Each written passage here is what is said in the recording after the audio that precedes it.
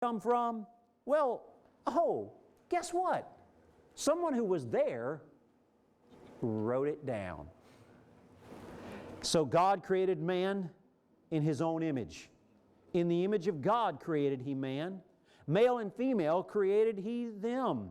And the Lord God formed man out of the dust of the ground and breathed into his nostrils the breath of life, and man became a living soul. And you say, wait a minute, how are you saying that someone who was there wrote it down? Moses wrote those words, and he wasn't there when Adam was created. No, but the truth is, God is the author of those words, and He was there when He created man.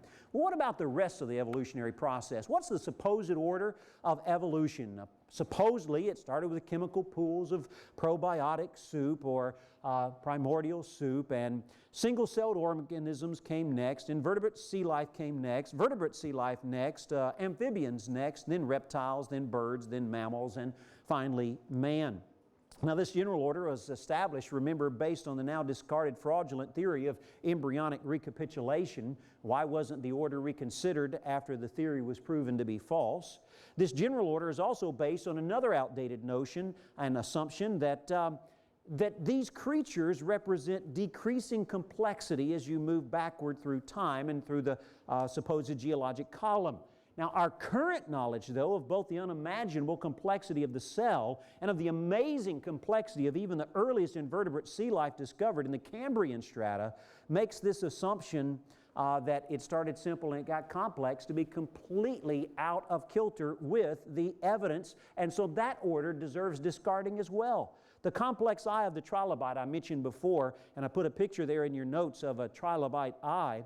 Look at that, and what we find is that it's actually one of the most complex eyes of any creature ever discovered, and yet it's supposed to be one of the simplest creatures that ever lived. The truth is, there is no simplicity when it comes to forms of life. All life is almost infinitely complex. So that whole idea is wrong. But if we're going to prove evolution, then what we need is a very simple thing. We need to show fossil transitions, not just between apes and men, but between any type of species or creature and the next form of life. Darwin admitted himself stated that his theory would be worthless speculation without fossil evidence that would either prove his theory to be true or prove it to be false. Now, Darwin kind of set the stage, and he said, listen, here's my theory. We're going to look at the fossil record. The fossil record will prove my theory true, or it will prove my theory false. Darwin admitted the complete lack of transitional fossils and that this problem was, quote, perhaps the most obvious and serious objection which could be urged against the theory of evolution. So Darwin himself admitted that the fossil record as it existed and was known in his day was the best argument against, not for, evolution. But on the other hand, he felt like later on we would discover the links. Innumerable transitional forms must have existed. Why do we not find them embedded in countless numbers in the crust of the earth? Let's see, what creationist was it that wrote that? Oh, that's Charles Darwin. I don't guess that was a creationist after all. The number of intermediate varieties which have formerly existed on the earth must be truly enormous. Why then is not every geological formation and every stratum full of such intermediate links? Geology assuredly does not reveal any such finely graduated organic chain. What creationist wrote that? Oh no, that's Darwin again. Darwin was confident, however, that the only reason links had not been found was because of the imperfection of the fossil record at his time. In other words, they just hadn't done enough research. Once more fossils were discovered, he was certain his theory would be vindicated. Well, 150 years has gone by. Billions of fossil finds later, what are the results? The gaps between major groups of organisms have been growing even wider and more undeniable. They can no longer be ignored or rationalized away with appeals to the imperfection of the fossil record. So by Darwin's own criteria, the fossils will prove my theory true or false. By that criteria, his theory should be rejected. The facts, Professor Lewis T. Moore, a vocal evolutionist, states, quote, "The more one studies paleontology, the fossil record, the more certain one becomes that evolution is based on faith alone." Faith alone. The truth is that the astounding truth is that in the hundreds of millions of years during which evolution supposedly was taking place, not one certain transitional form between any two forms has ever been discovered. Wow. These gaps are not small and they're not sporadic, but instead they're vast and they're systematic. There are periods where hundreds of millions of years of evolution supposedly took place, with countless millions of transitional forms supposedly being there without leaving behind a single fossil to show that it happened. There are no transitional forms between single-celled creatures and invertebrate sea life. That's a pretty big jump in categories. Nothing in between. There are no intermediate forms between invertebrates and vertebrates. None between the fish and the amphibians. None between the amphibians and the reptiles. None between the reptiles and birds or mammals, and none between apes and man. The first fish we find in the fossil record are fish. The first bats we find are bats. The first flowering plants we find are flowering plants. The first trilobites we find are trilobites. The first dinosaurs are dinosaurs. The first men are men. All of these appear suddenly in the fossil record with no ancestors, just as the creationist model would predict, and opposite to what the evolutionary model would predict. Evolutionists are still baffled by what's known as the Cambrian explosion. The Precambrian, you have almost no fossils. Then you hit the Cambrian, and there's an explosion of complex life forms with no ancestors. This complete and total lack of transitional forms is often called, quote, the trade secret of paleontology. Now, what creationist said that? Oh, that's Stephen Jay Gould, one of the most famous evolutionists in the world. Listen to this from George Simpson, Harvard professor, evolutionist. "It remains true, as every paleontologist knows, that most new species, genre, and families appear in the fossil record suddenly and are not led up to by gradual, completely continuous transitional sequences." In other words, there are no fossil evidences. Paleontology has presented some nasty difficulties for evolutionists, the most notorious of which is the presence of gaps in the fossil record. Evolution requires intermediate forms between species, and paleontology does not provide them. Again, quoting an evolutionist. Another evolutionist, as are the known fossil record fails to document a single example of evolution accomplishing a major transition. Not one example. Another evolutionist, as is now well known, most fossil species appear instantaneously in the fossil record. Now, Colin Patterson was one of the world's leading paleontologists and evolutionists. He was the curator of the oh, my mind just went blank on the museum in England that has the largest fossil collection on the face of the earth. And my mind went blank. Sorry about that. I should have had it written down.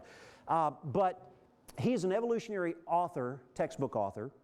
And Luther Sunderland wrote him a letter that said how much that he enjoyed reading the book, but he did have one question, and that is, why didn't he include any examples of transitional forms in his textbook on evolution? Here was the reply he received. "I fully agree with your comments on the lack of direct illustrations of evolutionary transitions in my book. If I knew of any," the British Museum, thank you, "if I knew of any, fossil or living, I certainly would have included them." There are no transitional forms. I will lay it on the line. There is not one such fossil for which one could make a watertight argument. He was in charge of the largest collection of fossils on Earth. He admitted not one transitional form. In any case, another evolutionist, in any case, no real evolutionist uses the fossil record as evidence in favor of the theory of evolution as opposed to special creation. We don't have any evidence. Contrast this with the words of evolutionist Carlo Dunbar. Fossils provide the only historical documentary evidence that life has evolved from simpler to more and more complex forms. So there's no evidence, but it's the only evidence. That sounds like a problem to me. It sounds like a major problem. And, sometimes it's easy for us to say, well, these guys are just such experts we can't understand. And they love to kind of give that impression. But someone came up to me in the break and talked about how that, and he's a dentist, by the way, but talked about how that anatomist who studied the teeth laughed at the people who were saying that these belonged to these creatures because it is so obvious and so easy to tell the difference. And the basic point he made was that when somebody wants to prove his theory, they're going to prove it regardless of what the evidence is. Well, then we look on and we see that in addition, there are some very famous links that, though, would come to our minds that people who, especially if you've been through school or you listen to this very much, you say, well, you're saying there are no transitional forms, but what about? All these different ones we've seen in the textbooks in the museums, what about them? One of the most famous ones of all is Archaeopteryx. And here is Archaeopteryx.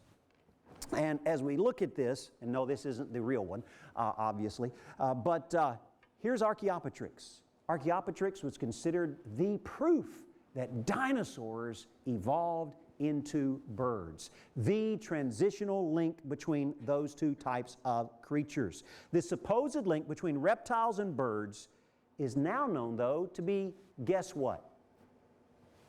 A bird. Not a dinosaur, not half dinosaur, not half bird, just a bird. But look at one of the artistic depictions in your notes there on the other side. Do you see how dinosaur-like they were drawn in the pictures? And when you look at the top of the next page, we have the quote, "There can be no doubt that Archaeopteryx was a true bird." Now, these are evolutionists saying this, not creationists. Now, why did they think that it was a dinosaur transitional form into birds? Well, the reasons are three, basically.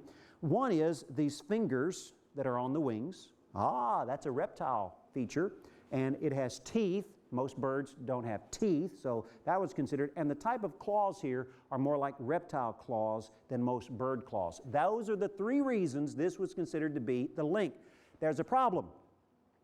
There are birds that have teeth. There's a problem. There are birds that have these fingers. There's a problem. There are birds that have these type of claws. So, how does this prove anything? It's a bird. That's all it is. Most evolutionists now admit that. All the features of Archaeopteryx that were once thought to prove that it was a transitional form are all found in other living or extinct true birds. Evolutionists have now also found a bird that they date 75 million years by their dating methods before Archaeopteryx. How is Archaeopteryx the ancestor of birds if birds were here 75 million years before Archaeopteryx? Well, then we come to Simora. This is the supposed link when you come to look at the area of amphibians. So here's the link that was in a lot of textbooks and so forth. The supposed link between amphibians and reptiles is dated by evolutionary methods 20 million years after reptiles. Wait a minute. You were writing, so let me make sure you got that. The ancestor of reptiles was here 20 million years before reptiles were. I'm my own grandpa. We're back into that song again. Okay. Well, what about the horse? Now, the horse is one that, boy, if you've known or studied or seen or been to school, you've seen the horse charts of the evolution of the horse. It was once cited as the best evidence for evolution. The small to large horse series cannot be accepted, though, for many reasons. Two of these are this. One, there are modern horses that exist at less than 18 inches tall. So being small and growing to large does not prove that these are ancestors. And secondly, modern full-size horses have been found in the same and even earlier strata than all the supposed ancestors of horses. Back to I'm my own grandpa. If the horses were here before the transitional forms that turned into horses, That doesn't make any sense at all. So if we want to understand this, then we need to just realize that a horse is a horse is a horse, of course, unless the younger ones are going, huh? Unless it's the famous Mr. Ed. And I didn't realize this till I pulled this out. My kids love Mr. Ed, but I didn't realize, but here we have the actual evolution of the horse. Get as close as you can in on here, Neil. Here we have the horse looking like a horse. Here the horse is wearing a hat, and now it's wearing a tuxedo. We have seen horse evolution before our eyes right there. And not only that, but this horse could talk. Wow. So, man, there we have horse evolution. And, by the way, I was too young to remember Mr. Ed except from reruns, but just thought I'd point that out. Oh, my friend, when we look for evidence of evolution, it keeps turning out it's not there. Classic cases of Darwinian change in the fossil record, such as the evolution of the horse, have had to be discarded. And again, that's from an evolutionary paleontologist, not from a creationist. However, even though it's had to be discarded, it still appears in textbooks. This is what absolutely should just break our hearts as Christians, that even when something is disproven, it will sometimes hang around in textbooks to brainwash our children for generations. After the evolutionists have rejected it, the textbook authors keep putting it in there. Well, the result, lack of transitional forms and fossils and the failure of all their excuses has been so devastating to Darwin's theory that an alternative theory has been proposed. This theory, formerly known as the hopeful monster theory by Goldsmith, didn't turn out so well under that name.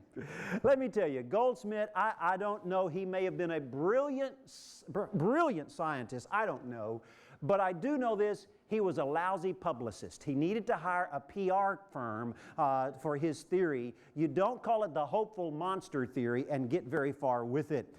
So it basically was kind of set aside and rejected very quickly until, that is, a couple of more wise when it comes to PR scientists renamed the theory and advocated it again. And it was now modified and renamed as punctuated equilibrium, which proposes sudden, massive jumps from one type to another. Now, folks, doesn't that sound better? You read punctuated equilibrium in a textbook and you're like, whoa, that sounds impressive. You read hopeful monster and you're like, what are these guys talking about? Okay? Oh, in other words, and I'm oversimplifying, I admit, but in other words, one day an amphibian laid an egg and a reptile crawled out. There weren't a lot of transitional forms. It happened fast. It happened suddenly. This is a bad fairy tale, not science. Yet it is quickly becoming the predominant view in some evolutionary circles. This ludicrous theory destroys everything evolution is built upon and still would not account for the lack of transitional forms in such a supposed long evolutionary path. When we look at this, when you're going, for instance, from the whale to land mammals, the supposed evolution where land mammals and then went back into the water and slowly became whales, even if there were a bunch of big jumps in between there, it still should have left behind innumerable transitional forms in the fossil record. We do not find them. But don't miss the main point here.